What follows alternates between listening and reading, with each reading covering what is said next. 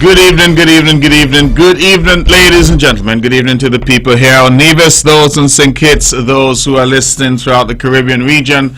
Good evening and happy anniversary to our friends in Grenada. Grenada just celebrated its independence. And so happy anniversary of independence. I ought to say happy Independence Day to Grenada. I think they celebrated yesterday. I'm hopeful that most Grenadians have now woken from their slumber, because somebody said to me that their national dish is oil down, and oil down is a kind of dish after you've had it you must go to sleep. It is an interesting time, but happy independence to Grenada, Carriacou and Petit Martinique. Ladies and gentlemen, wherever you are, welcome to another edition of On the Mark. I'm your host, Mark Brantley, and I'm here and have been here since the start of the new year with you, hoping to enjoy 2 hours of talk radio with you and to engage with you and to talk about matters that are impacting us. But before I go further, let me say good evening to all of those in North America, those in the United States and Canada, those who are listening in the United Kingdom and elsewhere. Good evening to you. And as I speak about the United Kingdom, let me say good evening, a special good evening, and happy birthday. I'm told he's celebrating tomorrow, and I mean the man Moses Webb is celebrating his birthday tomorrow. Moses, if you're listening, good evening to you. Happy birthday to you. Good evening to Jackie and the entire family there. And these birthday greetings, Moses, are coming to you from all of us here in Nevis, but more specifically from Mem Wallace, right there at Mem's Pizzeria, and the entire team. You know we love you, and we look forward to seeing you when next you're here. But enjoy your birthday. The last time I saw you, you did not look a day over 30. And I know you're going to have a good time, and Jackie's going to take good care of you. And so happy birthday from Mems and from all of us here on the island of Nevis. We trust and hope that you have a wonderful birthday celebration. Ladies and gentlemen, we are, of course, as always, here on a Wednesday to discuss various matters and matters that we feel are of some interest to you. And whenever we open the lines, we invite you to call in with your own views and opinions on whatever it is that is being discussed. Sometimes, of course, you take your cue from me as the host. Other times, you decide that you want to discuss something entirely different. And indeed, that is your right. Because as we say on the show, it is your show. It is the people's show. It is one of the longest running shows in the Federation, and still, after 15 plus years, the only show of its kind where we invite all shades of public opinion and do so in a commercial-free environment. I want to, as usual, thank the law firm of Daniel Brantley. They have paid for this show religiously every month for the past 15 plus years. And that has meant that we have no need to raise funds via going out there and seeking advertisements. And that allows us to have 2 hours of prime time radio from 8 p.m. until 10 p.m. without the interruption of commercials. And so we're very pleased and with this partnership with Daniel Brantley for all of these years. And I thank them, I thank the partners and the lawyers and staff there for this ongoing partnership where they have allowed us the opportunity to be on air for all of these years. I also, of course, thank the good people here at Vaughan Radio, Mr. Weber Herbert, who has managed this ship with a steady hand all of these years. And I thank him for the opportunity that he continues to give me to be here and to share with you. A lot goes into making these shows possible. And I want to thank all of those, including my dear friend who's here with me most Wednesday nights. And she's the one who handles the switchboard. A lot of people say I hang up on them. No, that doesn't happen. I don't even know who's calling. I'm actually in a different room to the person who handles the calls. And that individual, I can see them through a glass window. But I am not otherwise engaged in answering calls. And so when you call sometimes, and I'm being a bit loquacious and speaking perhaps a bit overly long, please understand that is me, not the technical person, because sometimes they're waving frantically at me to take the call, and I am engrossed in what I'm trying to impart, and so sometimes people have a bit of a delay. But I ask you not to be overly upset with us, but that you take your time, and when you do get in, you make your point as forcefully as you can, and take what time you need to make that point and to make it compellingly. I've always said that we will not always agree on this show. But there's no need, even if we disagree, for us to be disagreeable.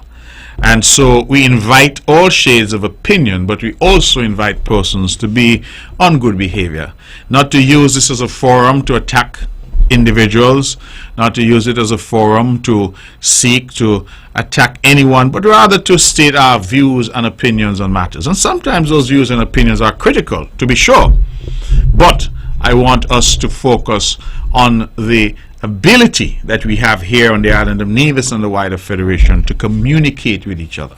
And even where we disagree, sometimes, if we're willing to listen to each other, we learn from each other. I may well go away learning something new, even if my opinion has not been changed on a particular matter. And so I invite us all to engage forcefully, but to engage respectfully. That is, I think, the standard here at Von Radio, and that is the standard that we always seek to adhere to. Only the best will do.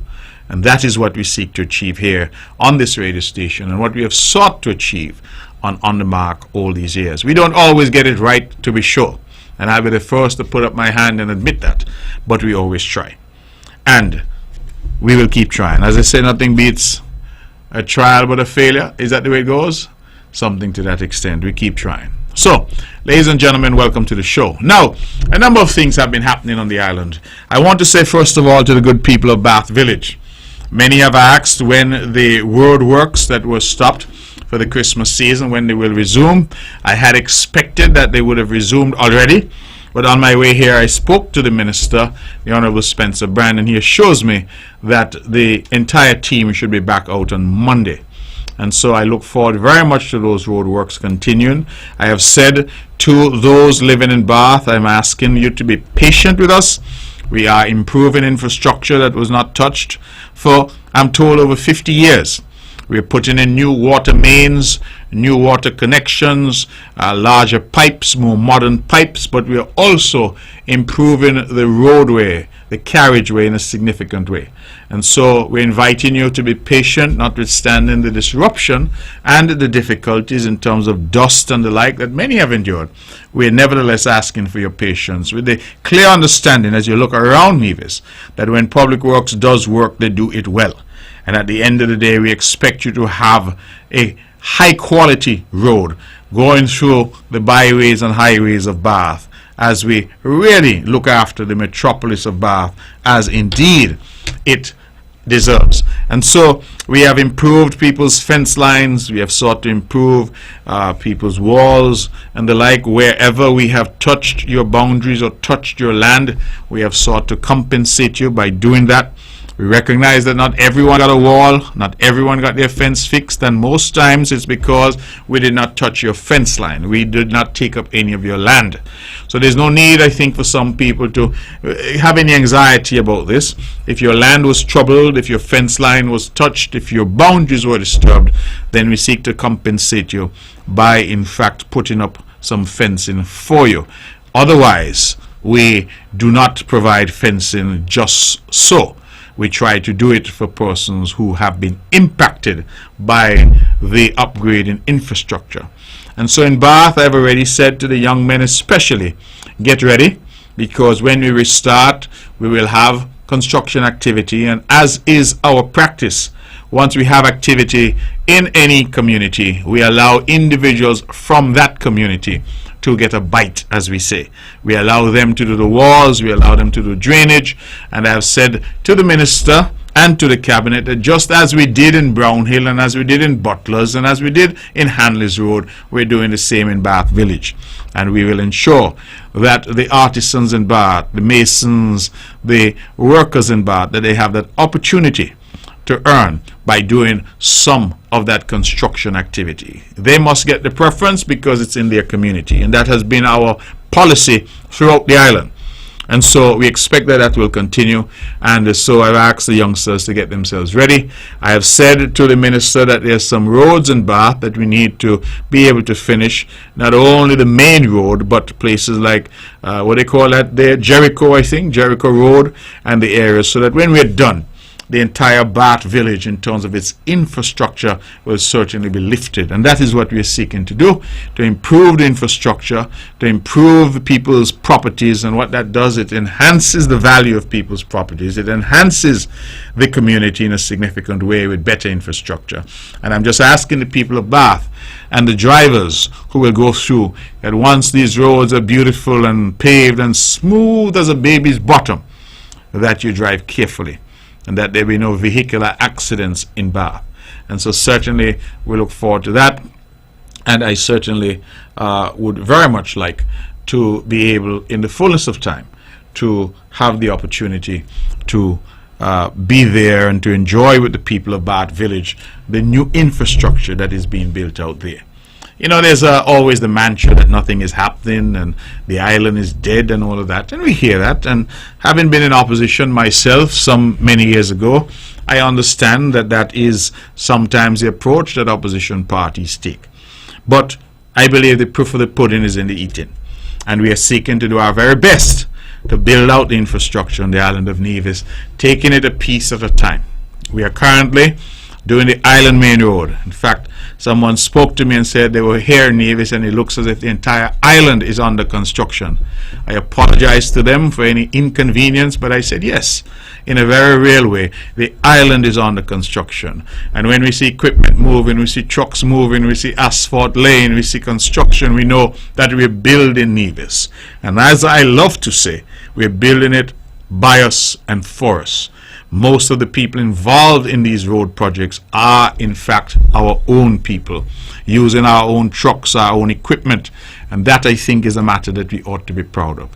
Wherever we are doing roads, we are also improving the water infrastructure at the same time, and that too, ladies and gentlemen, is a significant initiative of this government. So wherever you see new roads, be guaranteed that the water distribution network has also been upgraded. These are investments that are intended to last us at least for the next 25-30 years. And so we're building with the future in mind, seeking to create the kind of Nevis that we want and that we need. Now, there's been some chatter about the budget. I want to make it very clear to the people of Nevis that we are in perfect position constitutionally in relation to the budget. That under the Constitution we are allotted a certain number of days after the end of the financial year in order to have the budget ready for the new financial year. And it is nothing new. It is nothing new. How do I know it is nothing new? Because I became Premier of this island on the 18th of December 2017 for the first time, and there was no budget read in December, bearing in mind that our financial year usually ends in December, and ordinarily the budget session would occur in December each year. There was no budget session in December of 2017. Why? Because we had an election. That budget session then occurred in 2018 for that fiscal year of 2018. Similarly, we had an election on the 12th of December 2022 and therefore could not have had a budget during December. Our financial year ends on the 31st of December and we therefore have the constitutionally prescribed period thereafter during which we can have a budget, and we will therefore proceed on that. I was reminded today, I didn't get a chance to check it, but one of my colleagues said to me today that in 2013 that the budget there was read by the new CCM government after the elections in January, I think it was, and that no budget was read in December of 2012. And so it is not something that is unusual. It is entirely constitutionally proper. And sometimes I am not sure whether the mischief makers are really trying to make mischief, or if they simply have not taken the time to inform themselves as to what the rules are. And for me, that is important. You must know what the rules are. Now, if you know what they are, and you still go out and say something that you know to be false, then certainly you're trying to mislead people. And you're doing so willfully. If it is a different scenario where you do not know what the rules are and what you're advancing is an opinion or how you feel about something, then you're entitled to that. But let it not be said that the government that I lead is in any way, shape, or form working outside the Constitution. We have always insisted on the utmost probity, the utmost propriety, and that we at all times have the requisite constitutional rectitude in our dealings with and for the people of Nevis. And so we have, I believe, set the 20th of February, Monday the 20th of February, as the date. Let me just ensure that it is a Monday. I believe it is. Monday the 20th of February as the date on which, yes, we will have the reading of the budget for the fiscal year 2023. We're still working on it. We are trying, of course, to do our very best to get our revenue and expenditure aligned as closely as we can. We understand that that is not always easy to do and that the island has had deficit budgets, and I am not going to resile from that. For me, right now, having a deficit budget is not the worst thing in the world. What I think is worse than that is not having the necessary impetus set out in that budget to move us forward, to propel our economy, to ensure that we have the growth that can create jobs and that can advance what it is we're seeking to do. And so on the 20th of February, we hope to commence the budget debates, as is the norm. What will happen is that on the first day, God willing, we will have the budget presented by myself as Minister of Finance, and then we will adjourn. On the following day, the person presenting first for the opposition, there are two members of the opposition now after the last election, the Honorable Cleone Stapleton Simmons, the senior member of the opposition, she has been there before, and the newcomer, the Honorable Dr. Janice Daniel Hodge. Which of them will speak first, I don't know. That will be a matter for them. But the speaker who speaks first on the opposition will have the same time as the presenter. And so that person will have the same time in terms of being able to match and be able to speak to the matters in the budget or to matters that they would like to speak to in the context of the broader debate that usually happens during a budget debate. And so we look forward to that. We'll have some maiden speeches, of course, from Dr. Janice Daniel Hodge. We'll hear her for the first time in Parliament. We will hear, of course, the Honorable Janelle Nisbet for the first time in Parliament and the government benches. And so we anticipate that we will have a good debate. We have, of course, a new president in Miss Michelle Slack. And so we look forward to a new debate, a new look parliament, a parliament with incredible gender balance. In fact, we have in the parliament now the two members opposite currently are female. The one member of the government benches is female. We have the president of the house is female. We have the clerk of the house is female. So we have 5 females represented in the parliament in significant roles, and then we have 4 males. We have the 3 elected members, the Honorable Eric Evelyn, the Honorable Spencer Brand, and myself, and we have the Honorable Troy Libert. So we have 5 females and 4 males. That is historic. And for the first time in our parliament, we have more female representation in the parliament than male.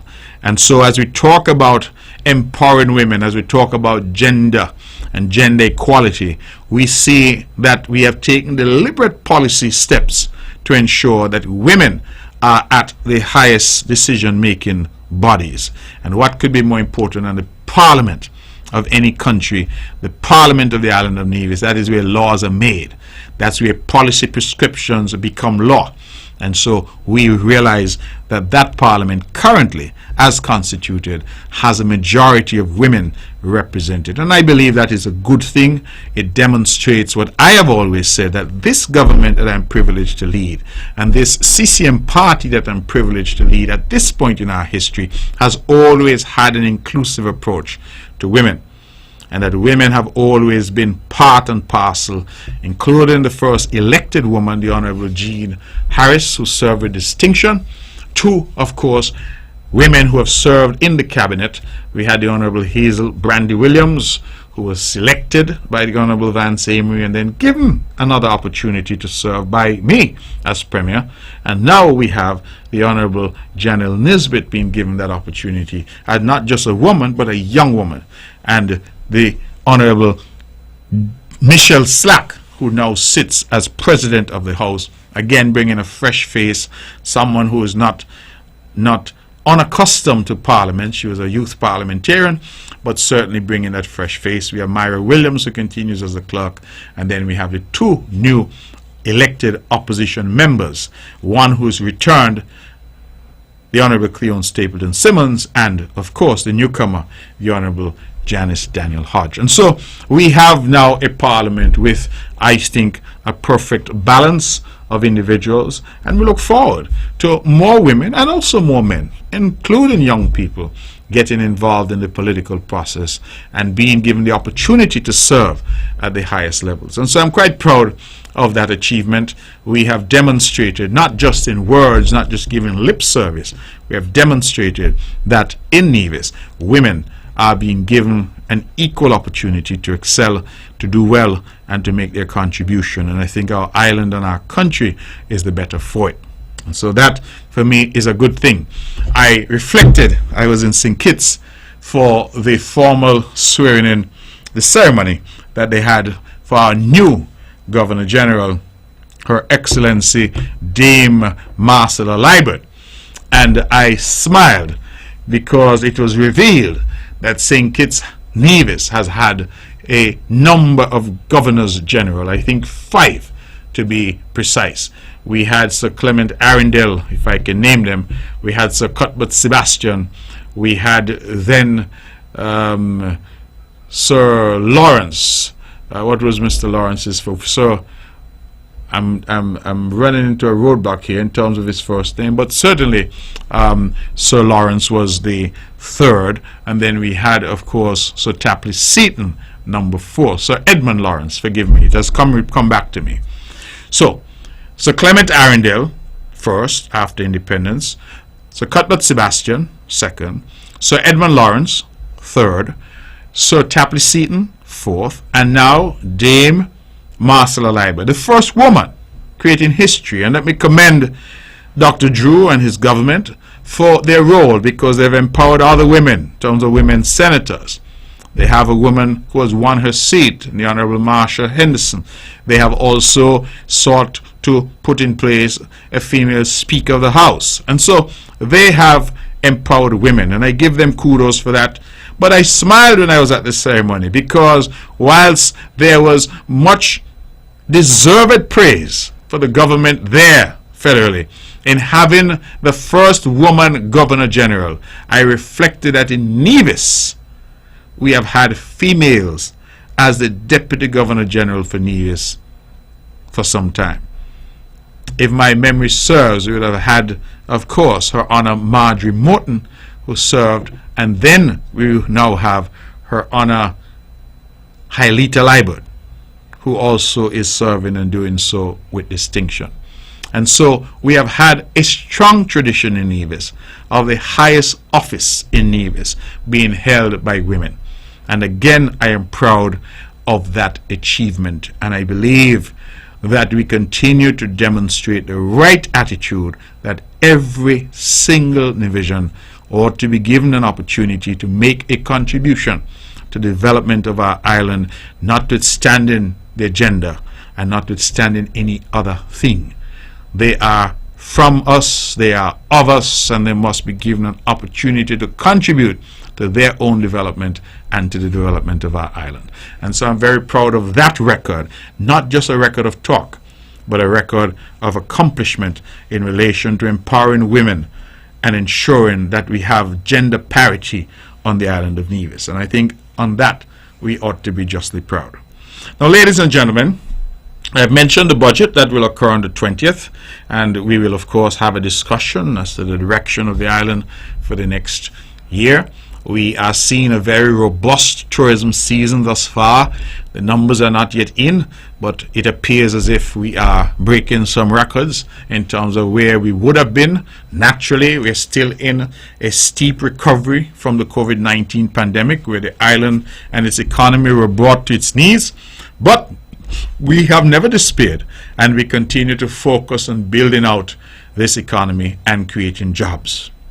I was very pleased on Sunday to attend the opening of a new restaurant establishment at Penny's Beach.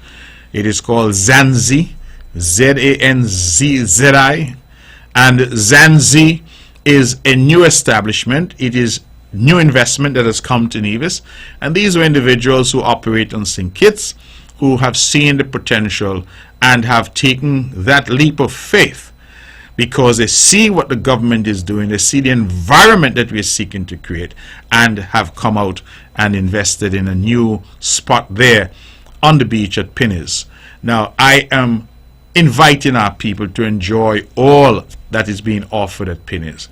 We have a wide variety now of restaurants. We expect one additional restaurant, which is under construction, to reopen soon. That is the Turtle Time restaurant. And what I find is interesting is that the owner of Zanzi said to me that he has already employed some 12 people. The number may sound small to some, but as we like to say, and as our grandparents taught us, one fill basket. And every job counts. And so as we try to build out the economy and create jobs, I am optimistic that there are going to be other investors who come in and help us to create even more jobs. We have some more good news. I am not yet prepared to announce the more good news in relation to jobs because we have not yet signed off what we need to sign off. But once we have done that and we have signed on the dotted line, I should be able to come back to tell you about some larger job creation that is happening on the island of Nevis. I say that to say, ladies and gentlemen, that we do not rest. And while some may look and say, oh, 20 jobs here, 12 jobs there isn't a lot, the truth is that each job that we add strengthens that economic fabric. And that is what we're seeking to do, to strengthen our economy, to build out our economy, to create jobs, and not just jobs, but decent paying jobs for our people. And so we are in good discussions at this point with some other opportunities, which we hope will be signed off on shortly. And if that is the case, I will certainly come back and report to you as to developments on the job front. But we feel fairly optimistic. We have agreed to license, after the due diligence and after all the discussions and consultations on the recommendations of our technical team, yet another international bank, and they're due to open their doors very shortly. And we are pleased again at the job potential and job creation of that entity. We are holding all of our entities operating here to the highest standards, and we have said to them and continue to say to the public that we will do all in our power to ensure that their business are successful, but also that they operate with the utmost probity and ensure that the jurisdiction of Nevis remains pristine. We have worked extremely hard to have the reputation that we have, and we will not allow any institution to bring that reputation into disrepute. And I say that very clearly because that has been conveyed, and it is our standard speech to all who come into Nevis to do business, particularly those who come into the financial services space. And so we have again offered a license to a new entrant, and we are hopeful that that brings the number to 4 and that they can generate again some jobs at a higher level, paying, of course, a wage, a salary at the higher level, and that some of our professionals who are coming back, those who have gone and studied accounting and banking and finance, that they can have these opportunities. I believe the name of the new entity is Sun Bank, and we expect that they, as I say, will open their doors shortly and will therefore be offering yet another opportunity for business and for employment on the island of Nevis. We are making, again, other steps that we will announce in due course in terms of job creation. Now let me give a quick update in relation to the airport.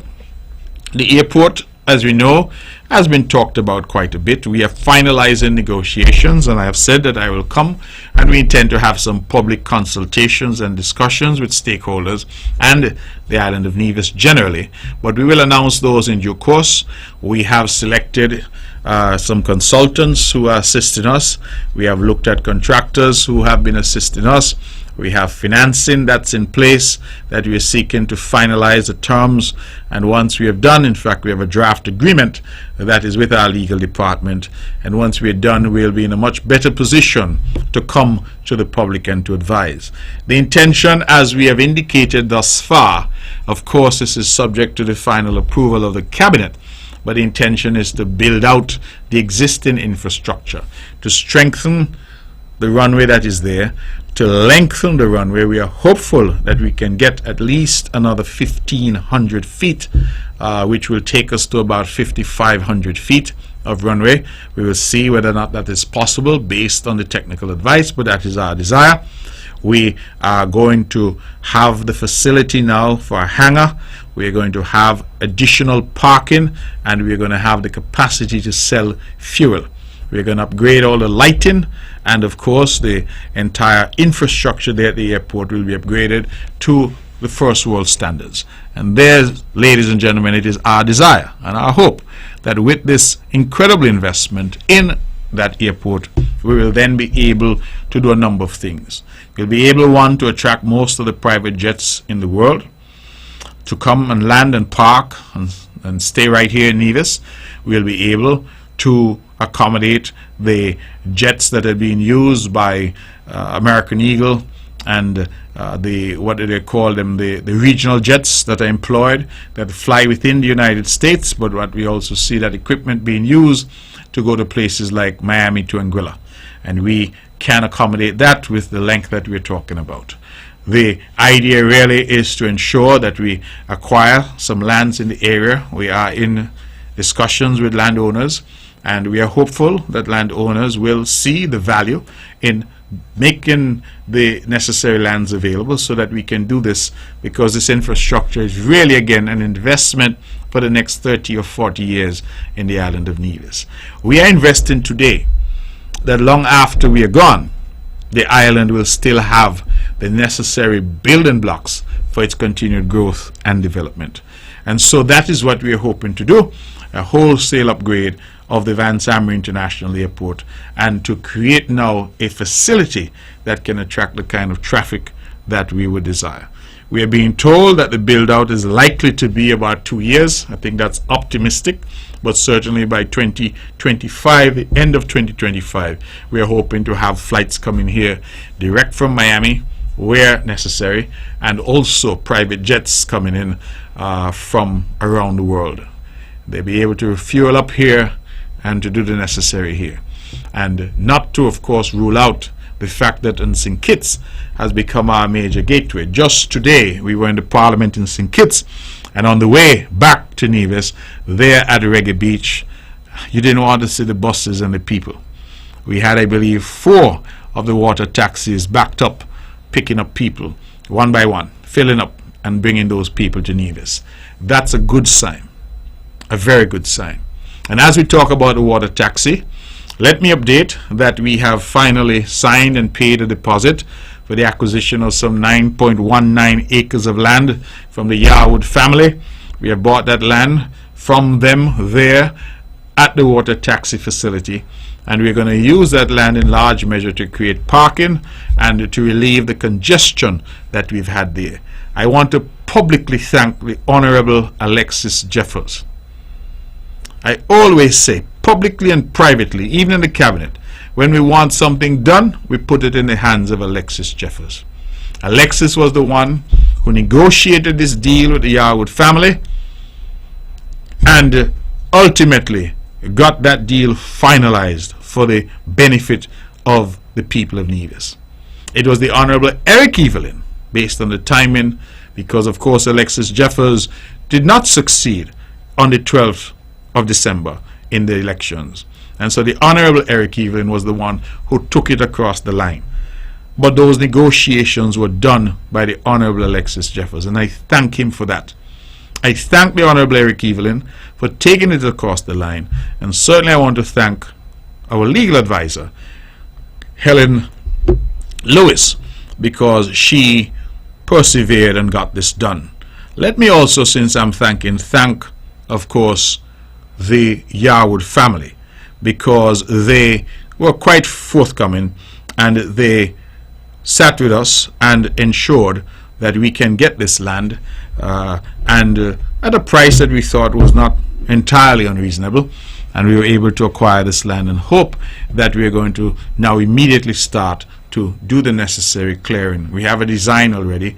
We're going to build that out and ensure that we can move, therefore, those vehicles off the road.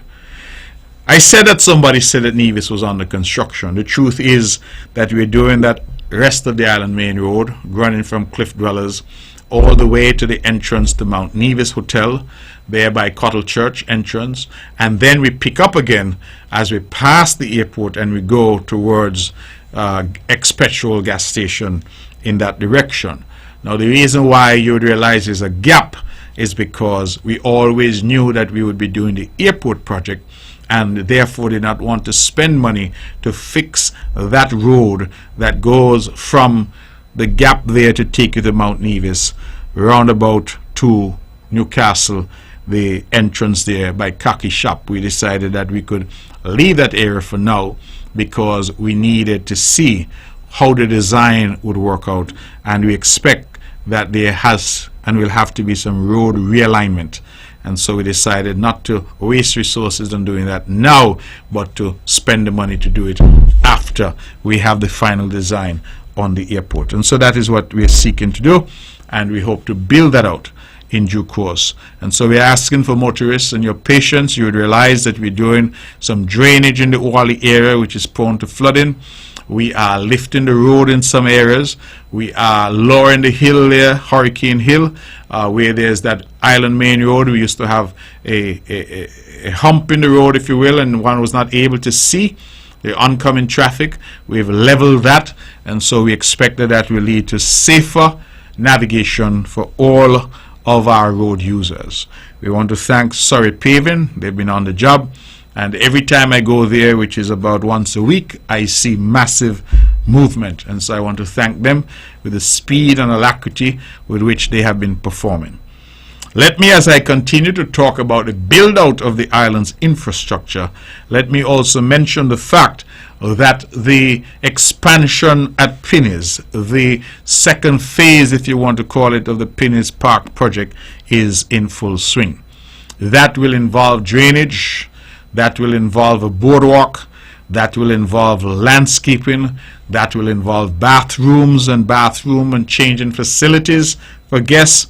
It will involve new security arrangements, and it will involve parking. And parking has been a major issue down there as the activity down there grows. It is our desire, ladies and gentlemen, that when we are done, we will have a first-class facility at Pinnies for entertaining, for dining, for families, and for people to enjoy. First-class facility. It will be a must-go facility, the park plus the beach area, plus all the restaurants and bars for those who are visiting the island. We want to create a hub for our entertainers. This so-called orange economy, we feel that we need to build it out. Have space where our creatives can go. We can have our bands playing. We can have those who are reciting poetry. We can have different nights. We can have even karaoke, if you want to call that. But we want to create a buzz there at Pinnies, and I believe that we will achieve that with the changes that we're making. There's construction going on at Turtle Time. I'm told that is expected to be done in about 4 weeks, and then they hope to open. The construction at Zanzi is practically complete. They've had a soft opening on Sunday. I think today they told me they will have their opening to the general public.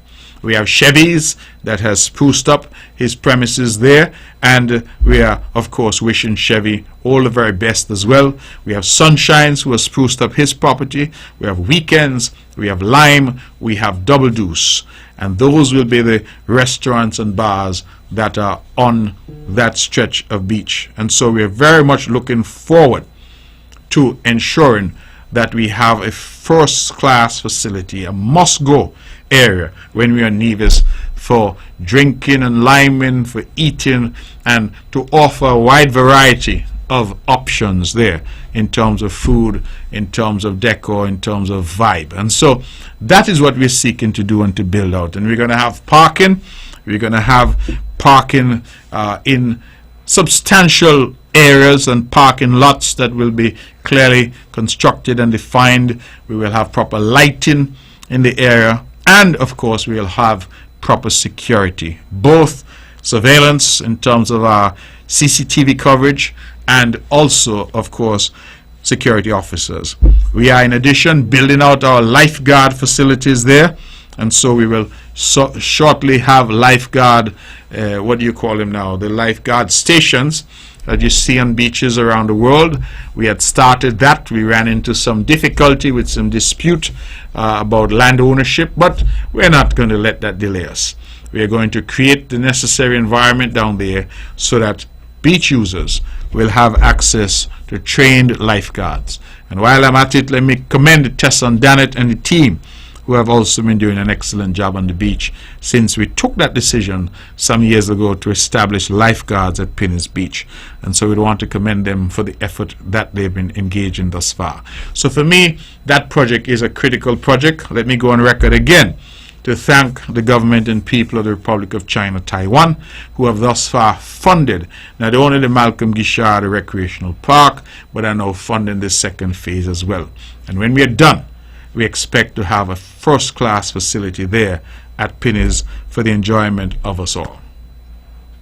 Ladies and gentlemen, let me just invite you to a screening at NEPAC on Sunday, February 12th at 4 p.m. It's a film screening, and the films are From Trash to Treasure, Turning Negatives into Positives, and One Tux, Dance of Resilience in Melanesia. Discussion and networking with Korean Brazilian filmmaker. It looks to me like Lara Lee, or is it Ayara Lee? Let me just say Miss Lee, because I'm not sure about the first name. So, film screening, it will be at NEPAC on Sunday, February 12th at 4 p.m. Free entry, and they're screening some films from a Korean Brazilian filmmaker, Miss Lee, From Trash to Treasure, Turning Negatives into Positives, and then something called One Tux, Dance of Resilience in Melanesia. Now, why I think this is critical is the fact that we've been talking about film and a film industry here on the island of Nevis, and our interest in building out that film industry. And like many things, there have been criticisms. And I expect that there'll be criticism because we live in a robust democracy. But we ought not to let the criticism deter us from doing what is right. In the middle of the COVID-19 pandemic, it was, I believe, in 2020, December, that I had a Zoom call with a gentleman called Philip Martinez of a company called MSR Media. And we talked about a film industry and the dream, if you will, of the Nevis Island administration to create such an industry on the island of Nevis. Mr. Martinez was persuaded to come to Nevis, and he set up shop here. And in no time they started to do films here. And I was so pleased that one film has already been issued. In fact, more than one film has been issued, forgive me.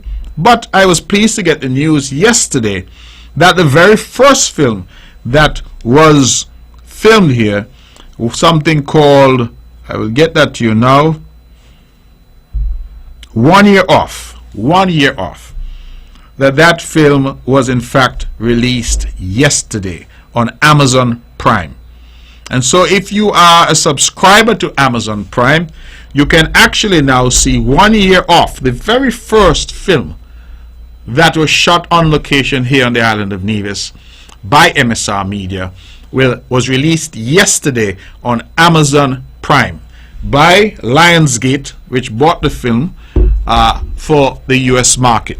And so the naysayers will be naysayers, but one has to reflect on what could only be construed as a marvelous achievement. For an island the size of Nevis, not having a history of film, to have been able to attract MSR Media here and to have partnered with MSR Media. Now, what did that partnership look like? Jobs were created. The last tally I was told, they had got up to about 90 jobs here on the island. Those who provided catering benefited. Those who provided accommodation. For example, Hamilton Beach was their home for nearly 2 years, where all of their crew lived, and the amounts paid there were quite extraordinary. It kept people working all during COVID. The Four Seasons has benefited because many of the stars stayed at the Four Seasons. The actors stayed at the Four Seasons. Villa rentals around the island benefited. Restaurants benefited. Supermarkets and stores around the islands benefited. And so we recognize that there has been added value as we again try to build out our economy. Not to speak about the massive exposure that the island of Nevis has got internationally. When people can call me and say to me that they are on, I believe it was Delta Airlines, flying from Georgia, Atlanta, Georgia, to Las Vegas, and were able to see a film that was done here on the island of Nevis, and to see the scenery, and to hear the actors talk about this wonderful island of ours. Ladies and gentlemen, we can't afford to buy that kind of publicity. And what was our deal with MSR? We said to MSR, after some negotiations, that we will pay up to $150,000 US. But that money would not be paid to MSR. That money instead would go to Hamilton Beach Resort. It will go to Four Seasons. It will go to pay for the accommodation of the actors, the accommodation of the crew. And that was our partnership with them, that we would provide the funding to pay for the accommodation and they will do the rest. So they paid for their payroll, they paid for all the things they did. They reopened the Gin Trap restaurant, they hired many people, they started this acting academy at NEPAC where they were seeking to pass on acting skills. A lot of local people, Vaughn Anslin springs to mind. People were getting training in filmmaking, training in costumes, training in lighting, camera work, editing work. All of these people were getting a benefit, and we were trying to build something from the ground up. And let me tell you that others are now interested. I've been in communication with other film producers who have seen what has been happening here in Nevis and are now interested in coming. And I've said to them, Nevis is open for business. And so I want to again go on record to thank Mr. Martinez and his team for taking a chance on Nevis. And I want to take a moment to say thank you to the cabinet of the Nevis Island Administration, because when the opportunity presented itself, the cabinet members saw the value and embraced it. And so I hear some negative chatter. They have said all manner of things, but empty barrels usually make the most noise. And so one ought not to become preoccupied with the chatter. One must look at the results on the ground. And so 1 year off premiered yesterday on Amazon Prime, bought by Lionsgate and put out for the world to see. That, ladies and gentlemen, I think is extraordinary. And that is not the only one. As I said, there have been other films done here. In fact, by my tally, they have shot so far either 8 or 9 feature films on this island of Nevis. All during COVID, shooting was going on here on Nevis, and films were being made on the island of Nevis. Absolutely phenomenal. I looked at an interview on Sky News Sky, of course, is one of those news agencies that functions out of the UK. And Mr. Martinez was on there. They were talking about the future of filmmaking, and he was featured as he spoke about what he's doing in Nevis. And I am proud of what we've been able to accomplish thus far with that partnership, and I believe it is something that we're going to build on. We want to hire someone to put that person in the position of a film commissioner, and that person then, with the staff that they need, will be the focal point for film and filmmaking on the island of Nevis, to attract new entrants, to build out what we have, to see how we can strengthen and build upon the relationship that we have with MSR, but also to attract new participants and to build out this infrastructure in a significant way. That is what governments who are innovative, people who are thinking, that is what we do. And I wanted to report on that 1 year off is now going live as of, well, went live, I should say, as of yesterday on Amazon Prime. And I'm hopeful that people will look at it. I saw in the trailer my good friend Sunshine dancing on the video. I see people I know here featured in some way, whether it's extras or even some having speaking roles. And so I believe that this is an excellent opportunity for individuals to see our island and to see the potential. And that is what we saw as a government. We saw the potential, and I thank MSR for the partnership. So, ladies and gentlemen, a lot of good things are in fact happening, and we hope that those good things will continue. We went to St. Kitts today for the sitting of the National Parliament, and I'll get to what we discussed there. But on the way, we were able to stop and have a look at the reception area that is being built there at Wally. And so remember, I said earlier that we have concluded discussions and paid the deposit for some 9.19 acres of land that we will use for parking and development there at Wally Water Taxi Pier. We have started the construction on the reception area, and that we're building out even now. And we had a first-hand look today. I want to encourage the contractors to continue to work diligently so that we can bring rapid closure to that and have that ready in the shortest possible time. I believe today they were doing some work on the roof, and I expect that we will see what we need there in very short order as we move, of course, the construction forward. And so we are seeing that being built out. We are seeing more and more usage of the water taxi pier. We are seeing parking being created, and we are hopeful that when we are done there, we will have good order. The taxis will have their spot, the official spots for NASPA, as the case may be, and a drop-off and pick-up area, but parking will be made available for those vehicles. So when there's music fest in St. Kitts or carnival, or people just going over for dinner, or for the day, or for the night, or for the weekend for that matter, there will be adequate, safe and secure parking for you. And we're very grateful that we're able to do that. So you see how many things I've listed off? Road construction going on. Right there at Wally, the build out of the reception area, and soon parking. We are talking about the housing developments which continue. We are talking about, of course, the build out of the second phase of the Pinnis Park project. All of that is happening, and that is why when it was said to me that Nevis was under construction, I had to nod my head and smile, because while it is inconvenient now, in another few months we will see emerge from that inconvenience, emerge from all that concrete and steel, what the future looks like in terms of the build out of our infrastructure. Some time is going, but I'm not yet done, so bear with me. I had an excellent meeting with Dr. Leon, who is the president of the Caribbean Development Bank. And in my tenure as premier, it's the first time that the president of the CDB has come to visit. And he came, he was accompanied by one of his senior advisors, and Miss Power. And they came to discuss development generally, but more specifically they came to discuss the geothermal project. And to underscore by the president himself how critical this project was, not only for Nevis, not only for St. Kitts and Nevis, not only for the sub-region, but for the Caribbean region as a whole, and for the Caribbean Development Bank.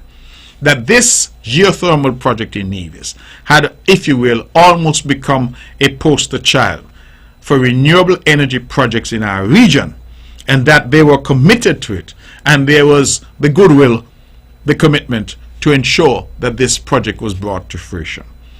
And we all know that on December 9th last year, the Board of Governors would have approved some $17 million for this project, the drilling phase of the project, and that we are now only to send back the formal documents. I believe that the Honorable Prime Minister has indicated that the Attorney General's office was finalizing its work, and that we expect that that should be done. If it has not been done yet, that it will be done very shortly. Once that documentation is back with the CDB, it is full steam ahead. No pun intended, but full steam ahead. Because what we then intend to do is to go to an RFP, request for proposals for drilling. The anticipation is that we could have the drill rig in place by the middle of this year, and that they hope to have continuous drilling of 3 wells plus 2 injection wells, 3 production wells and 2 injection wells at the Hamilton site, and that can be done within, say, 6 months. Once that is done, it is then only to construct the plant and to plug and play, and to ensure that people of Nevis finally get cheaper, cleaner energy, and that the island of Nevis finally can say it is the greenest place on planet Earth, and that our brothers and sisters on St. Kitts, once that energy is sent over to them, that they too can say that St. Kitts is fully powered by renewables, and therefore the Federation of St. Kitts and Nevis is the greenest place on planet Earth. We know that the United Nations General Assembly meets in September each year, and I'm optimistic that when the Prime Minister leads his delegation to the UN at its General Assembly this year, that he should have some good news to report to the world about what is happening in the context of renewable energy, in the context of our global fight against climate change. He will have good news to report, and that good news is coming out of the sister island of Nevis in the Federation of St. Kitts and Nevis. That is what we are seeking to do, and as we build on that vision, we create a new Nevis, a new economy. We ensure that we are no longer dependent, as we have been, on tourism as our sole economic breadwinner. And so, ladies and gentlemen, this is good news for us. And I want to thank Dr. Leon for his visit. I want to say to him that it was a signal honor to entertain him here on the island of Nevis, and I believe it sent an important message to the people of Nevis, that he would have journeyed not only to the Federation because he met with the Prime Minister in St. Kitts, but that he would have seen it fit to visit the island of Nevis and to specifically speak to developmental issues, but more so to highlight the relevance, in fact the critical relevance, of this geothermal project to the region. And so I thank him for that, and I believe that good things lie ahead, and we will need to work together to achieve them. Geothermal is going to be a game changer for the island of Nevis and the wider Federation. Let me move on from that and to mention that I had occasion to visit the outside of our orchard, fruit orchard at Indian Castle. Ladies and gentlemen, let me say to you that if you have not yet gone to that facility, please make some time and go. Because even though I have been there, and even though I know what it is, because it was conceived in our cabinet, to see it, to behold as far as the eyes can see the number of coconut palms, for example, that are not only planted but thriving. I believe we should have coconuts for our consumption on the island within another year and a half, possibly 2. And barring some unfortunate weather, I believe that that represents a significant and transformational investment on the island of Nevis. Mangoes, soursop, avocado, sugar apple, sugar cane, pomegranate, sorrel, guava. It's all there at Indian Castle. Lime, lemon, and some 5,000 coconut palms. Again, it would be remiss of me not to commend the Honorable Alexis Jeffers, because when he came and he said this is his idea, and this he has come up with his technocrats at the Ministry and Department of Agriculture, he got our approval in the cabinet. And I remember the Honorable Spencer Brand used to say to him, man, you're using off so much water down there. Water department crying out. And he said, no, we are growing food. We are growing, for example, we're planting coconut palms so that the youngsters who are selling coconut water can buy from the government. They don't have to go overseas anymore to import coconuts, because we hope to have enough right here on the island of Nevis. We have something called a Malaysian dwarf. I think that's what he told me. And those coconuts give a high yield in terms of coconut water. And let me appeal to the public now, since I'm on radio and everybody's listening. I don't want anybody jumping the fence down there to take up what they didn't put down. So when the coconuts come, we expect them in another year and a half or so. If you want them, you go in and you purchase them. Don't lift our coconuts. Don't lift anything from the farm. We have people who are living there, workers who are there, and so we expect that the people of Nevis will act responsibly. Massive investment. And I really would encourage our people to go and see for themselves. Don't just listen, because when you see it for yourself, you really can't believe what has happened there. Again, the vision of Alexis Zook Jeffers. Say what you want about him, but you hear how many things I've mentioned about him tonight? That was his idea that he brought to us and got the necessary approval. And I want, while I'm thanking, to thank Banky, the man Ronald King, because he has managed that facility. He's serious about it, and you can see when you look at the facility how it has been cared for and how it is manicured. And so I encourage you to go there and to see for yourself, because food security and greater food security was one of the principal responses of the Nevis Island administration to the COVID pandemic. Whether it was free seeds, free seedlings, free water, free land preparation, free fencing for people's lands, free labor, free fertilizer, the build out of that infrastructure at Indian Castle. We also offered free feed to our animal farmers, free fish pot wire to our fisher folk.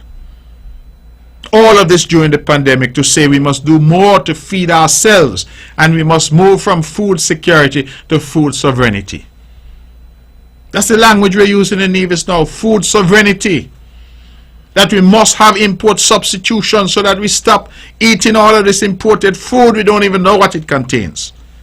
Sometimes we eating chicken. I see a chicken leg the other day. I say, well, that can't be a normal chicken because the leg bigger than me. How a chicken could have a leg bigger than my leg? What kind of chicken is that? That chicken must be 6 feet tall. But we are eating these things here. We don't know what's in them. We know no chicken should grow so big. But some people see it and they say they want the big leg because they get a full belly. But you may also be getting other things. And when we look at the high incidence here of NCDs, non-communicable diseases, we look at the high incidence of diabetes, hypertension, obesity, cancer of different types. One must only wonder, is it that we are eating these things not knowing what is in them, and are therefore having this effect on our bodies? We, ladies and gentlemen, need to eat more of what we grow and grow more of what we eat. And that revolution was led by Alexis Jeffers. I hope the headline tomorrow is that this tonight was the Alexis Jeffers show. Because when people have done good for this country, we must not let anybody diminish their contribution. And we put him to lead that revolution. He went, He got free shade houses. Those shade houses were valued at over $60,000 each. And he distributed them for free to some of our farmers on Nevis. And said to them, you must use them and increase capacity. And I know at least one of those farmers already has that shade house in production. Food security. He didn't stop there, you know. He came to the cabinet, he said that based on the statistics and the tens of millions of dollars of chicken and chicken parts that we import every year into Nevis, that we should have a broiler industry. That is an industry for chicken and chicken parts. And we've already ordered a slaughter facility. We found these facilities. I don't have the details, but I think it can process, I think it was 1,000 birds per hour. And this facility, we've already ordered it. And we are now finalizing negotiations for some roughly 60 acres of land where we are going to carve up and make available to those farmers. And this model is not new, but the idea is that the government will operate the slaughter facility and farmers will grow their birds and bring them to that facility.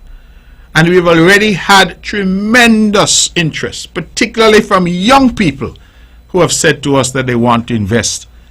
And we hope in good time to have local chicken available. And because it is better, it is more natural, it is not filled with hormones, and a leg don't look like it come from a 6-foot tall chicken, that we expect the people of Nevis to use that and to eat what is produced locally, which is better quality and better for them. And we have no doubt that we will be able to send chicken to St. Kitts. I look forward to the day when Rams and Value Mart and all the supermarkets start to say, you know what, we are going to stock the local chicken, as we are now stocking the local ground beef, as we are stocking the local greens that are being grown here. We're doing that because it is better, and that our people will see the value in supporting this local industry. So agriculture is having renewed impetus, and that was, as I said, a principal response to COVID-19 that we engaged in, and that is flourishing. I say one last thing. It has to do with the Parliament today. The Parliament today took, I think, a significant step forward.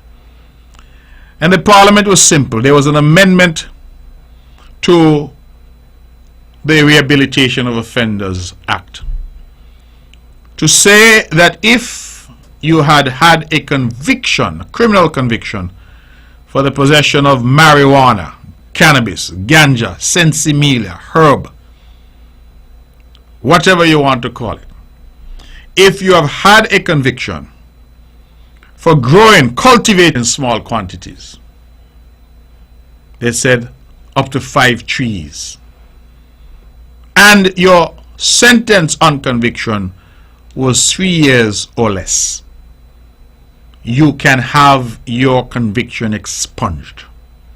Now, why is that relevant?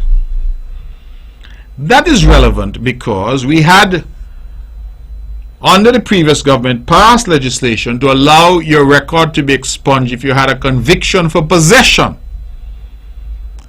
But we had neglected to also make the provision for if you had a conviction for cultivation, which is a separate offense. And so this now allows individuals out there who have had a conviction for cultivation of ganja and who have had a sentence of less than 3 years to have that expunged. That means when you apply for a job now and you get a police record, it will be clean. It will not have that on it. Mind if you do something else, it will have your something else on it. But I'm talking about cannabis. So the guy who was growing a couple plants and the police found him and he got a conviction, that conviction will now be expunged once his sentence was 3 years or less. I argue that the conviction should be expunged regardless of the time that he was sentenced to, but that did not find favor. The government's response was that if somebody got more than 3 years, then they could apply to the court to have their record expunged. That is the position. The government, of course, the eyes have it. But I think the legislation in its intent is a good step forward, because it means that those individuals out there who would have had a conviction for cultivating marijuana, that those individuals will now have their records expunged. And it means that when you apply for that job at Four Seasons, you apply for that US visa, you apply for university, you apply for so many things where they want to see a police record, that your police record will no longer record the fact that you had a conviction for cultivating marijuana. And I believe that's a good thing. I argued today that we need to go much further. And the government has promised that they will come back shortly with substantive changes to what we refer to as the Drugs Act. Because it is the Drugs Act which criminalizes the cultivation and use of marijuana, of cannabis. And so I look forward to that as we try to build out. You all remember that we had an election here. I believe it was the election of 2017. The NRP made a big song and dance about a cannabis industry. And they made the case that they could have a cannabis industry in Nevis done at the local level. I knew legally that was nonsense. And so the CCM, under my leadership, my maiden voyage as leader, was the 2017 election. We took a view that the NRP was promising pie in the sky, and that the only way that the laws in relation to marijuana could be changed would be at the federal level, in the national parliament. After all, the Drugs Act is federal legislation which criminalizes marijuana cultivation and marijuana possession. And we are correct legally. And so we held fast to that position. Do not promise the people of Nevis that the NIA can decriminalize marijuana, that the NIA can tell people to go plant ganja, because that will land people in jail. And so we thought the NRP was reckless in what they were seeking to advocate. And we said so. We have always said that a cannabis industry is an important part of our economic matrix going forward, but it cannot be delivered by the NIA. It has to be delivered in the context of federal legislation and a federal framework.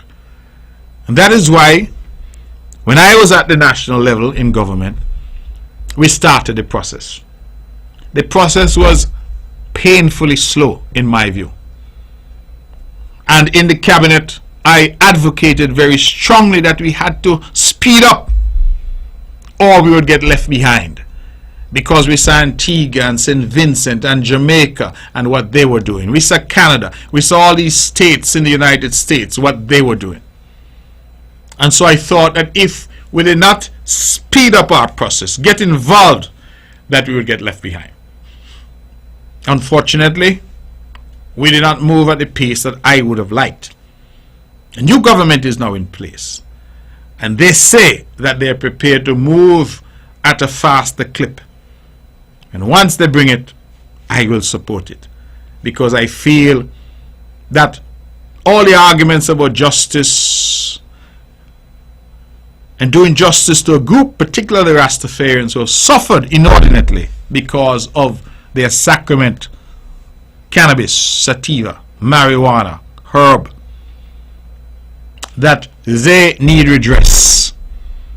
That part of that redress is, of course, to expunge convictions, to decriminalize so that they can use it. And there's a decision in a High Court constitutional challenge brought by someone called Ras Sankofa, which is an important decision. which says in terms that individuals who say that marijuana is part of their sacrament have the religious freedom, the freedom of conscience to use it, and that any law that sought to prevent them was unconstitutional. And that people also had the right in the privacy of their home or in their personal space to grow and use marijuana. Far-reaching decision. It was never appealed by us, so it represents now the law. And therefore the provisions of the Drugs Act which are contrary to that decision are unconstitutional and must be struck down to the extent of their unconstitutionality, what is called a pro tanto effect. And so we anticipate that there will be wholesale changes, and that changes are going to come. And what I advocated today was to say that we need a national discussion on this, and we need to build a framework that works for all, a Sinkis-Nevis model, if you will, bearing in mind the difficulties with banking, the fact that cannabis is still a Class A illegal substance under federal law in the United States, bearing in mind the difficulties we have with de-risking and banks seeking to sever ties with us so that we can't get correspondent banking relationships. All of these critically important discussions, but I do not believe it is beyond us to fashion something so that when the guest comes off the cruise ship or the guest comes here and they want that nice feeling, nobody asks me what the feeling is like. I've only read about it. But that nice feeling that they say they get, or when somebody says that this is good for their arthritis, or good for their glaucoma, or it soothes them, they drink it in tea, they use it to massage their arthritic bones, and they do all manner of things with it. Some bake it in cookies and candy bars and the like.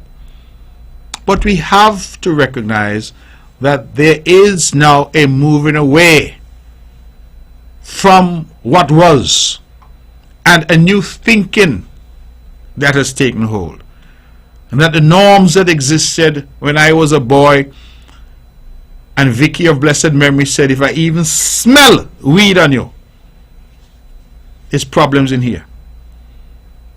You hear that? Even the smell.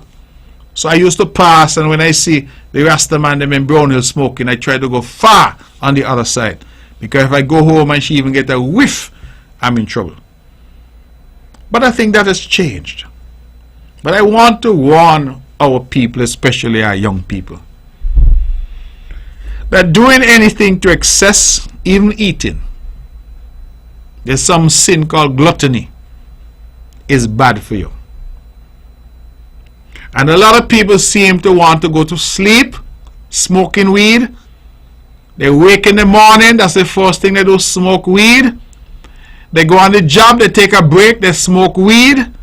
They have their lunch, they're not concerned about the lunch because they got another spliff in them out. And they figure that they stay on it, like they want to smoke a pound or two a day. Everything in moderation. Some may be able to handle a beer, but if they have 6 and 8 and 10, they fall down drunk on the side of the road. So I am urging our young people that as the Parliament seeks to build out this framework and this infrastructure for cannabis, that you be prudent and sensible. The Honorable Foreign Minister, Dr. Douglas, who's a medical doctor, made the point today that marijuana is not for everybody. And he said he was speaking from a medical position. He said there's some people with a latent condition. That means it has not yet surfaced. And when they imbibe some substance like marijuana, it can trigger some type of psychosis in them. So they're latent and they're going along and they're functioning normally. And in my own presentation today, I made the point And all of you know it to be true. You see this thing called rum, R-U-M. A lot of people love it. But as a good friend, a Guyanese man said to me one day, he said, "Boy, Guyanese love rum, but rum no love Guyanese." Because we understand what rum can do to us. But some people would drink. And the more they drink, the more quiet they become. And all they want to do when they've drunk, have had their fill of rum, is to go and find a place to sleep. They're like lambs. Other people quiet. You say they can't mash ants. But the minute they get in that boogal, they turn into some, you don't know what happened to them. They want to fight. They become belligerent. Their whole attitude, their whole demeanor, their whole personality changes. One man want to go and sleep. One man want to fight. One man who don't speak much suddenly become quite talkative. What I'm trying to say is that all of our bodies are made up differently, different chemistry. And while somebody could drink alcohol and it has no effect on that individual because of their makeup, somebody else it might affect significantly. Similarly, with ganja. Yeah, people smoke ganja all their lives and nothing. No perceptible change in them. Others, as soon as they start, they trip because their chemical makeup is different. And that is why we need more education on the matter. We need to recognize that it is not for everybody. We need to recognize what some of the effects might be. Right now, for example, we have laws against drunk driving. We will need laws to deal with people who are driving while high, because it can also impair their ability to handle cars, to handle heavy equipment, etc. So there's no easy answer, no one thing that is a panacea. But certainly I think today we took a step in the right direction. And I encourage people therefore who are out there who have convictions to go in and ask that their convictions be expunged. That the law now allows that if you were convicted for small amounts possession or convicted for cultivation, your sentence was 3 years or less, you can now have that written off, expunged from the books. And so you come out clean as driven snow. No conviction recorded. Now, that is not a license for you to go and smoke up and behave irresponsibly. It is not a license, let me say this, for you to go into town on a Friday afternoon and roll up your spliff and smoke so much that the merchants in town are crying out, saying that they're staying in their shop and getting high, and them no smoke. It is not a license for that. And I've said to the police, wherever it's happening, they must break it up, because the law speaks about doing that in the privacy of your home or your private space, not on the streets of Charlestown. So a lot of youngsters who like to go in town on a Friday, I don't know, it look like it's a show-off thing. And they want to go and they want to have their little bowl, and they want to be cutting up, and they want to roll the spliff, big blunt, and sit down in the square and smoke it. Police will lock you up. The law doesn't allow you that. You want to get a little red? Do it at home. Do it at home. Do not come on the streets of Charlestown, on the streets of Bastille, and do it. So please act responsibly. And let us build out the infrastructure for the cannabis industry, and to do it in a sustainable way for the benefit of the people of St. Kitts and Nevis. It is 25 minutes past the hour of 9 o'clock. I'm going to open the phones now and take some calls at 869-469-1616 and 869-469-1700. Those are the numbers to call if you want to be a part of the show. And if not, I'll just talk for the next 35 minutes. Let's go to the phones. Good evening, you're on the mark. Good evening, Dr. Sheriff Gabardine. Good night. Good night. And how are you? I'm well, thank you. How are you doing? I'm okay. Matthew 11, verse 28, 29, and 30. Come unto me, all ye that labor and are heavy laden, and I will give you rest. Take my yoke upon you, and learn of me, for I am meek and lowly in heart, and he shall find rest unto your soul. For my yoke is easy, and my burden is light. Sympathy going out to Shire Matcha Jessup Village on the passing of her dad. May God continue to bless you all, and I hope everybody understands what you say tonight. Have a good evening. Thank you, and I join in extending sympathy greetings to Shire as well. I wasn't aware that she had lost her dad, but certainly I extend my condolences and to express, as I often do, that the prayers of all of us will comfort Shire and her family in the hour of bereavement. The numbers are open, the lines are open, and we're taking your calls. Good evening, you're on the mark. Greetings to you, brother Premier. How your night, guys? The night is going fine. Good evening to you. And blessed night to your listeners via radio and internet. So, you make some brief discussion about the debate outlined in the Parliament today about the use of ganja herb and the indication that was outlined prior to that bill that was laid in 2019. Now, I would like to state to you, as being the Premier and being a member of the Federal Parliament, are y'all serious in the way y'all take that debate today towards the ganja, and you just outlined that you're only emphasizing about the smoking aspect much of your discussion in how you're pursuing in this discussion towards the herb. Now, my brethren, herb is nothing wrong within the nation of people.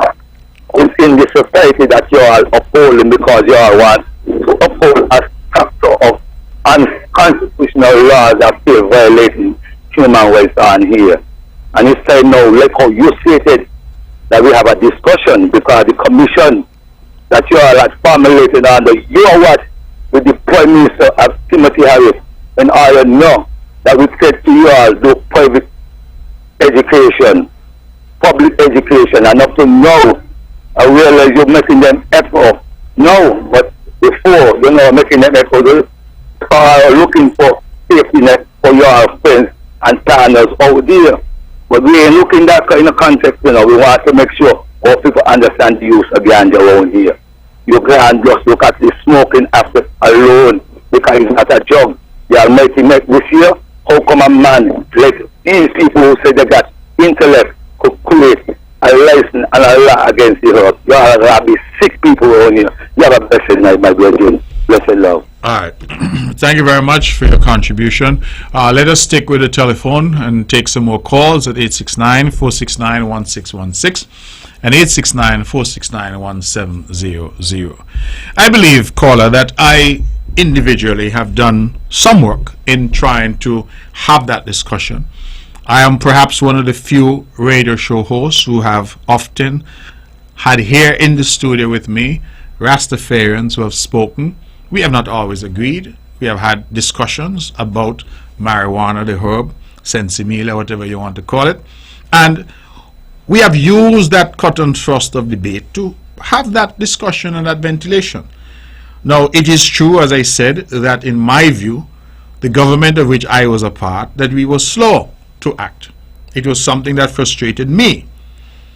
But, caller, let us be fair. The amendments that we talk about were done around about 2019, or that period or thereabouts, 2018, 2019.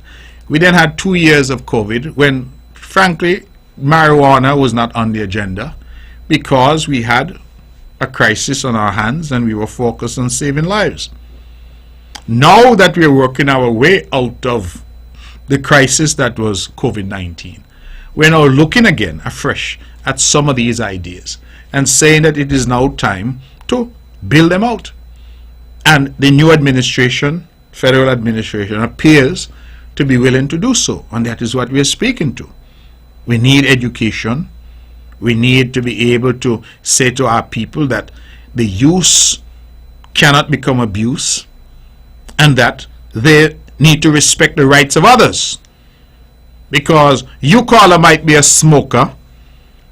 You might use marijuana for a variety of reasons, but your neighbor might not be. Your neighbor has as much right as you do. So just like you may not want nobody to blow cigarette smoke in your face, so your neighbor may not want anybody to blow ganja smoke in his or her face. So that is why the law anticipates that you do so in the privacy of your home. I don't know that the high that you get is better. The feeling that you get is better if you're in public, or if you're home in your living room, or sitting down on your step having a smoke. So why the need to go in Bastille and stay on 4th Street and roll up? To me it is unnecessary, immature. And that is why I'm saying that even as we build out this framework, we have to appeal to our people to do the right thing. That is all. Let's go back to the phones. We have somebody holding. Caller, please call back. 869-469-1616 or 869-469-1700. We have about half an hour, so I'm going to take as many calls as I can. I admit that I was overly long in my soliloquy this evening, but I had a lot of information to impart, and I thought I would share that information. Let's go back to the phones. Good evening, you're on the mark. Hello? Caller, Hello. you're on the air. Hello, yes, good evening, Honorable Mark. Good evening to you. Yes, I hear you. It's 2 hours you take to the answer the thing while you were doing. 2 hours? You take 2 hours again and this one again for New Year's. But tell the words for everybody else. But at the days when we were small, marijuana, people used to get big holes and out of them, but now it's trouble. I tell them already the sensible to know about it. Yeah. Have a good night, you and Charlie and Nana. Bye. Thank you very much. Thank you so much. I really appreciate that. You said people used to get big house. I don't know about that. But certainly, I hope that as we build out and people could have an industry, a viable industry here, that people get house, land, and car. Why not? Send their children to school. Why not? It is important. There are people now who are making billions of dollars in states like Colorado, I think, and California and other places.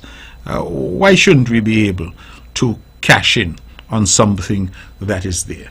But the framework has to be federal, cannot be at the NIA level, and that is why we took issue with it when it was being promoted as something the NIA could do in 2017. That was nonsense, calculated effort to mislead, and we said what we have always said: it has to be done at the federal level. Let's go back to the phones. We have 25 minutes to the hour. Good evening, you're on the mark. Good evening again, my brother. Yes, good evening. Now, let this be known. I is a ganja smoker, main processor. I use ganja for natural and pleasure reasons. Now, we are here to emphasize education to the people, not to chastise or bring no kind of indication of like ganja, some kind of outrageous herb to the use of man, woman, and children. Because remember when you had the commission, when the meeting was outlined, we meet in the cabinet. We meet you all over in Nevis, not in the parliament in St. Kitts. So Timothy has made a big blunder today in making them kind of wrongful statements. And I will correct him when I'm meeting face to face again. Now, I would like to state this wrong here. When the commission present to the cabinet in Nevis, remember I had to make a leave because of other arrangements. And I did make a presentation at this moment before I leave. And you asked a question for your the use between child and ganja, or children, or young children. And I said, within the Rastafari, we don't see that as a situation at hand. But outside the aspect, we will guide as much we could, because we don't want to have the detail in the control of no one outside, but will guide them with information. But these are the things that you are free to open to the young ones because I feel rough there and tell them, go there, go smoke. I hear the senator so she presentation, Senator Jaya Clark, and she sound in a sound way too black. I say it sounds so jokey to see that they coming into the parliament today and dictating how to destroy her instead of madness in coming out and educating the people about ganja. We don't come here to smoke alone here because me ain't a smoker just alone. Me a developer when it comes to the use of ganja. And I ready. Ras Ayas, the Mandela Tunji national lead, ready to put all this information he have educate himself with and learn along the way to give to whatever young man and people who are willing to learn about the use of it because we still are learn more within the movement that we are using ganja. We never stop learning yet. So that's why we say hope and man are together. That's why the successor and Timothy Harris and Juicy Barry and them went into Parliament and said they just cannot tell the Parliament what to do and how they make that statement. So they too for the Premier. And I hope you refuse the duty we kind of statement what was faced in 2019 because I will say here, you all ask the judge to guide you all in the constitutional matter. The judge gives it your opinion in his deliberation and then what ask for some days to make this a pattern of a discussion towards RASA and the legal force that didn't take course. So the former AG have done wrong to our people. That's why we are at this stage here. We should have never be. And I tell my brethren then, if we had belonged to government headquarters when I went into Parliament that day, but I don't know read amendment, misuse and abuse drug act. We ain't no drug act. We are revolutionary thinkers of using ganja for free mind. So I was saying, let us educate our people wisely, my brethren. All right. So as part of that education, caller, yes, you cannot decriminalize or legalize unless you amend the Drugs Act. So I don't really want you to mislead anybody and talk about revolution because there's only one way. Caller, I listen to you. Listen to me. Caller, this is how we do this show. You talk, I listen. Did I interrupt you? I just said I'm not misleading, I'm educating. All right. Well, there's a difference between trying to educate but giving bad information. Wow. You cannot change the law otherwise than going through a process. And what criminalizes ganja now is the Drugs Act. So that act will have to be changed. Repealed, replaced, amended, whatever, it would have to be done through a process. So if you're serious about educating people, then you can't refer to that process as foolish because that is the process that is available to us to go into the Parliament and amend or repeal or change in some way the Drugs Act. So it is a step in the right direction. And the new government has said today, the Attorney General said, that he'll be coming back with changes to that legislation. Again, remember the judge tell the former Attorney General have consultation with the RAS when you're doing this same work. This is not even gone to the wrongs of that magnitude yet. Right. Since 2019. So I must say, we still have a lot of work to do, so don't try to make it sound like we are trying to advocate anything out of the context. We are just saying the herb is not a job. That's number one. And we have to say it nowhere in this world. And I will smoke ganja anyway. You take it and leave it as I say. Alright, okay. Equal rights and justice. You don't try to caller, if you caller, again, you're talking about education. Education is not the same as just talking, you know. Oh. Education requires some thought and a careful expression of that thought, lest you, in your effort to educate, end up misleading people. You don't understand. Now, the decision that the judge made that you are talking about, the judge never gave anybody any authority to go in public to smoke marijuana anywhere where they feel like. The judge never said that. he said, if you in your own constitution say once we have a assembled, then we have a garden in the square that a Rastafari garden, no police supposed to Listen, come in there. well, caller, that is different. That is different. That's what we said. Caller, that is different to what you said earlier. You You said earlier that you will smoke ganja anyway in St. Kitts or anyway in Nevis. Well, I got me and I like talking to you. Well, that's a matter for you, but I'm simply saying do not mislead people by suggesting that the judge somehow gave you that right. The judge never did. No, not the judge. The Constitution gives the way to walk with ganja. I can't stop us. All right. But anyway, love you. Okay, all right, because you are talking about education, but you're not interested in either educating yourself or educating others. I get the impression that you're enamored with the sound of your voice, and so you like to talk. You're calling the radio station, but you're not really interested. Because the very decision that you're talking about, that you're citing and you're seeking to use as some authority, that decision is very clear that what it gives the right to do is to possess and use and cultivate marijuana in a private setting. When you're home, in your house, or, like you say, if there's a designated place for worship and Rastafarians are worshiping and using the sacrament, then that is protected. But if you decide tomorrow you're going on 4th Street, go burn a spliff, or you decide you're going on Main Street, Charlestown to burn a spliff, that is not covered by that decision. Yes, I tell you. And because you say, because you say, listen, it's not about good brethren or bad brethren, right? It's not about good brethren or bad brethren. If we are going to talk about education, let us give people accurate information. But anyway, my brethren, right? All I say, let's play work hand in hand, because there is no way the police don't take no ganja from me at all. Alright, okay, caller, thank you very much, because you go in the realm of ignorance now, and I can't have time for ignorance, right? If we are seeking to educate as you say we should do, then we have a duty to tell people what the reality is, what the law is, what the facts are, not what you feel. If you want to fill up your pocket with ganja and you want to go on the street and roll a big blunt and smoke it because you say that is your right, then go ahead. And when you're up 1840, maybe you call from 1840 on your cell phone. Because there's a difference between ignorance and education.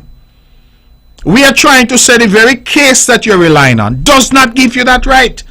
The case is very clear that what the right it gives you is to do these things in private.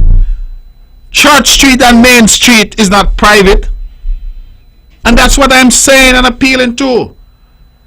So you're saying you want education, but you don't want to listen. You don't want to learn, you just want to talk. And that is the difficulty that I have. That is not education. So telling me no police could do this and no police could do that, but when they lock you up, what are you going to tell them? I mean, let us move away from that. And if you're going to engage with this thing, take the foolish emotion out of it. And let us have a discussion that is sensible. And I keep asking, I tell you privately, I tell you publicly. Think before you engage so that we could have a sensible discussion and a sensible debate. Sometimes I feel you just call in because you like the people hear your voice. And you like hear it too. Well, you could stay home and talk to yourself, if you like hear your voice. But if we're going to have a conversation, then let us have a conversation which seeks to enlighten each other and enlighten those who are listening. And not come tell people no foolishness about pocket full of this and no police could do that and no police, because you are encouraging people to do something which the judge did not authorize, and therefore something which still, until there's an amendment, is still unlawful. So don't encourage young people to go down that road. You should know better. You say you're an elder, function like it. That's all I'm asking you to do. Let's go back to the phones. We have 16 minutes left. Let's try this caller. Good evening, caller. You're on the mark. Hello? Gavin, where we say we polyester. All right.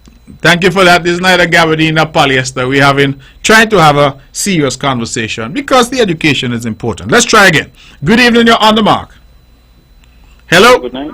Good night. Yes, you're on the mark. Go ahead. Good night to you, Honorable Premier. Good night. To the people of Nevis.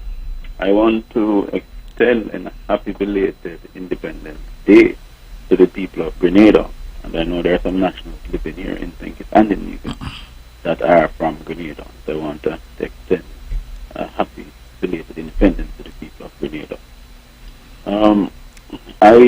I want to commend you today, and to commend also the government of St. Kitts and Nevis for what I saw, the amendment to the forget the full title of the legislation or the bill that was brought, but I want to commend them because I think it's a step in the right direction. Yes. And if we're going to really develop a proper cannabis industry in the country, then we need to ensure that our laws are in keeping with that. And also, as you rightfully pointed out to the caller a while ago, that there ought to also be a proper public education campaign. Because if we do not do that, we will have ourselves having some serious pitfalls. And similarly in Jamaica, because the two most advanced countries in the Caribbean would be that of Jamaica and St. Vincent. And one of the things that the Cannabis Commission in Jamaica did when they started to roll out in 2012, 2013 was to do a public education drive before they even set up the industry. And so I want to echo the similar sentiments to which we have been echoing in terms of the proper public education drive, ensuring that our young people understand, the rules around smoking in public, ensuring that young persons under the age of 18 are not involved in cannabis, and such the like. The other point I want to raise, which is a point of interest to me, is the ongoing developments at the NIA at the Brantley Airport, which you have to some extent you have divulged some of what the discussions are. As you say, they're sensitive at this time, and when you get there, you will discuss more. But I want the people of Nevis to know that the proposed development is not something that is new within the Caribbean. A matter of fact, if I should use the case of Jamaica, which is maybe one of the only level IKO level 1, and I know you'll understand what that means in terms of the airport, right? That's the only level 1 facility outside of Jamaica. Trinidad and I think Guyana is also ranked in that level 1 capacity. We do not own our airport in Jamaica. In the sense we don't own it, meaning we don't operate the airport. So the two airports, Norman Manley and Donald Sangster, has been leased out to companies. The one in Donald Sangster, their lease is coming to an end in the next 2 years. And it has saw what that did for us, because we did not have the finances to do so. And what that did for us was gave us an excellent runway. We are now having flights from as far as Germany. And that fund was then used by the Airport Authority of Jamaica to further develop our smaller eardrums to something similar to what is in Nevis. And so I want people to understand that this thing about ownership of airport, nobody can own an airport. No government will give away their airport, because the airport is the national asset of a country. But sometimes when you go into deals like that, what you end up having is actually greater investment. You have more traffic. You are able to accomplish some things that you and yourself, because investment in airport is an expensive matter, and it's not easy to raise those capitals, especially coming out of a COVID era. And so I want to commend the NIA for being forward thinking in looking at how you can get some traffic there, because there's a lot of activities happening on the Southeast Peninsula, and I believe when that project is completed, it will really boost the tourism of Nevis, and I am seeing a lot of movements coming over. And so I really want to commend you for your forward thinking, for not resting until you really were able to secure a deal to get this done. And so I want people to in some way ignore the noise, as you love to say, and really focus on what can be the benefits. I mean, if more people come to the airport, it means there's more spending power in Nevis. More people go down to Plymouth Beach. More people will use our taxi drivers. More people will use the ferry operators. Everybody benefits, right? So everybody benefits. And in fact, I like the point you're making, caller, because I was reminded as you talk about Norman Manley and Sangster in Jamaica, that Heathrow and Gatwick are also operated privately. Right. The two main airports in London, right? And, it is one way of doing things. What we have proposed here is a public-private partnership. That is nothing new, where somebody brings the capital to invest, and then that person is repaid over time from the operations, the profits generated from the operations, the revenue generated from the operation. That is the model that we are seeking to fine-tune now, and hopefully we'll have an agreement. And that is why we are saying that we will come to the people of Nevis when we have something in hand to tell them that, listen, this is the position. But thanks for the call. I really appreciate it, and I think you have imparted some considerable wisdom, and that should be of some assistance in educating and guiding us as we move forward. All the best to you, Premier, and to the people of Nevis. Thank you very much. I just wanted to make an announcement as we are about 10 minutes to go. I had so much to talk about, but our CT scan is now fully functional at the Alexandra Hospital, and we have finalized from the cabinet level fees for the use of the CT scan, and those will range from about 600 EC dollars to about 1,000 EC dollars, depending on what, of course, you want that for. This is the same price as obtains in St. Kitts, except that the CT scan here, of course, is more modern and more sophisticated because it's newer technology. But, and I think this is important, that hitherto patients from Nevis had to go to St. Kitts for a scan, and I got some costs here from our Minister of Health, the Honorable Janelle Nisbet, that people from Nevis who went to St. Kitts for that scan had to go over, they had to pay the cost of the scan, let us say that's $1,000. They had to pay the sea bridge $600, the ambulance $200. So the scan in St. Kitts, if we had to go to St. Kitts, would cost us $1,800. The same scan in Nevis will now be just $1,000 because you no longer have to make that trip over. And then what we're doing, because we do not yet have a radiologist on staff, we're working on that, but in the interim, we're using what is referred to as telemedicine, in the sense that we are sending the scans to a radiologist who's reading them and guiding us accordingly. That is something that's done the world over. In fact, I know that my doctor in Anguilla, he does scans all the time. He has done some of me, and he sends those via email. Those are read overseas, and the results sent back to him. The result of that is that he doesn't need to spend the money to have a radiologist on staff. And a lot of that telemedicine, I think that's the language, is now being used globally.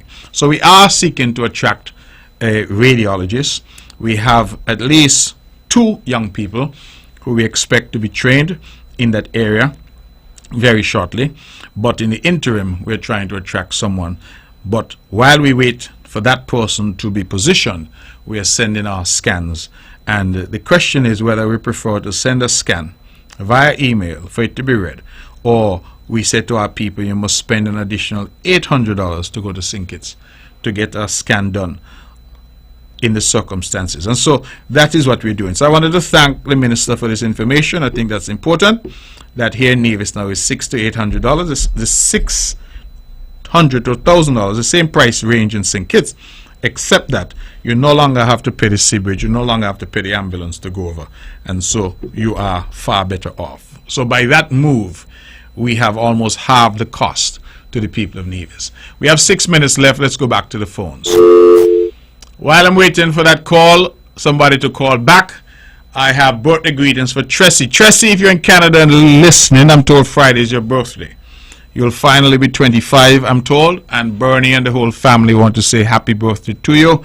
Lloydie, if you're listening, good night to you right in New York, and we wish Tracy a very, very happy birthday on Friday when it comes. Let's go back to the phones. Good evening, you're on the mark. Yes, greetings, Mr. Mark. Yes, greetings. Yes, when I overheard how they are them speaking about the marijuana herb, you know, as grown people, it seems to me like the herb, number one, the herb is a sacrifice, it's like a sacrament. And if the youth and burning it each and every year, it is a born sacrifice. And what you all need to do is free up the herb. The herb ain't need no license and no lot of debate. The problem right now here in St. Kitts Nevis is water storage. And I think this war against the herb right now is a non-issue to me. The marijuana is just free up, it's not a drug. You know what is a drug? The paper that you are free up to wrap around it is a drug. The chemical that they put it to it is a drug. If you can categorize marijuana as a drug, which may have to categorize milk and everything that we all consume, you know, because drugs is certain thing that go through a factory process.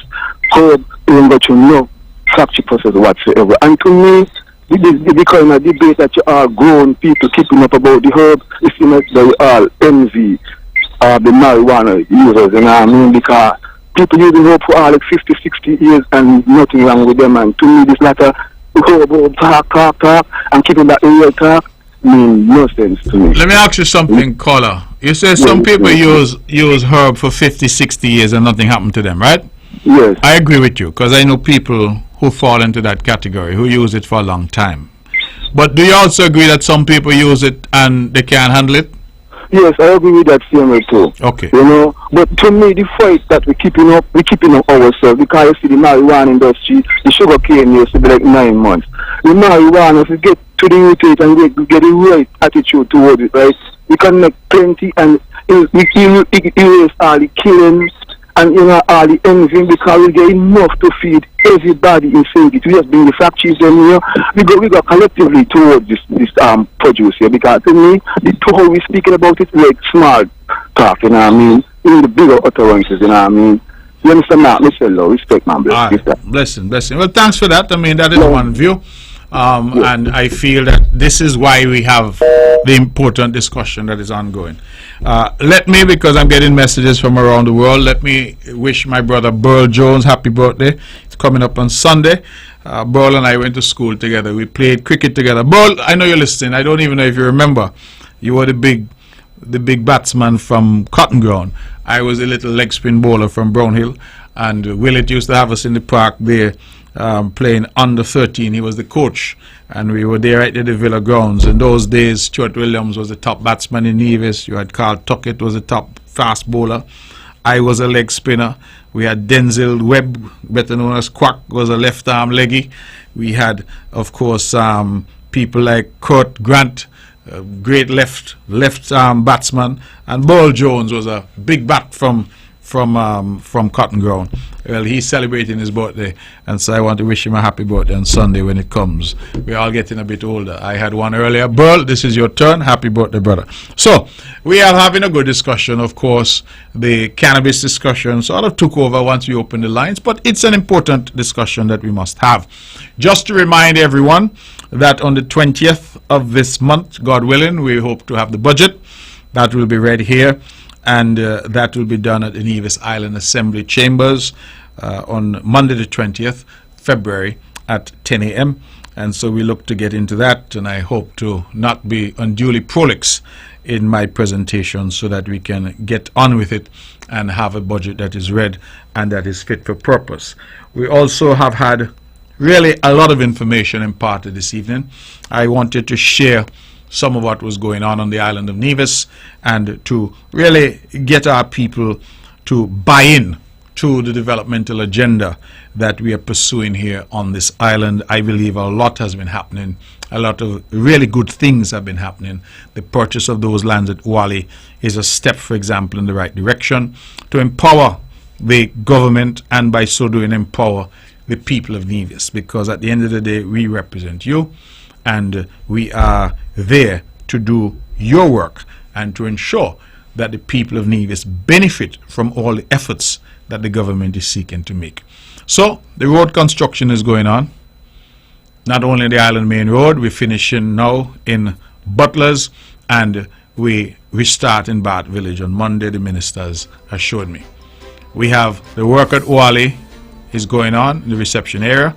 We have the lands that are purchased that will now seek to create the necessary parking, and that will solve a huge problem there. We have the airport project that is being handled in large measure by the Honorable Alexis Jeffers, and he, as my advisor on investments, has been incredibly helpful and hard working in that regard. And so we hope to have a plan that will go to the cabinet, and we come to the people in terms of consultations on that. We have the chicken industry that we're going to build out. We've already ordered the slaughterhouse. We hope to secure the lands, and we hope to get into business on that this year very quickly. We have geothermal that we hope to get going quickly. And these are efforts that we are embarking upon. I will have more next week, God permitting, when we come back. But ladies and gentlemen, I wish you all the very best. I thank you for being with me tonight. I thank those who called, and I thank you for putting up with me, because I did speak a little long tonight.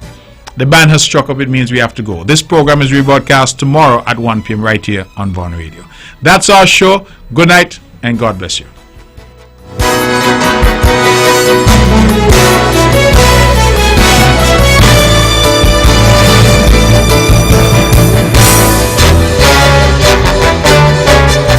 Views and opinions expressed on the preceding program were solely those of the participants and do not necessarily reflect the views of the Nevis Broadcast.